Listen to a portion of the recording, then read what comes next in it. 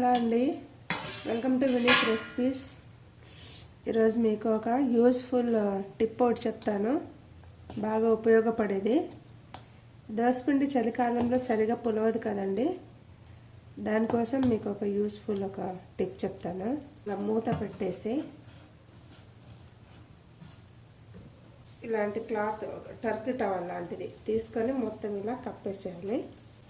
కప్పి చుట్టూ మొత్తం ఇలా కింద వరకు తగలకుండా, అసలు కొంచెం కూడా క్లైమేట్ చల్లగా ఉండే క్లైమేట్ తగలకుండా మొత్తం ఇలా కవర్ చేసేసి పెట్టేయాలి. ఉదయానికల్లా పిండి బాగా పొంగి ఉంటుంది.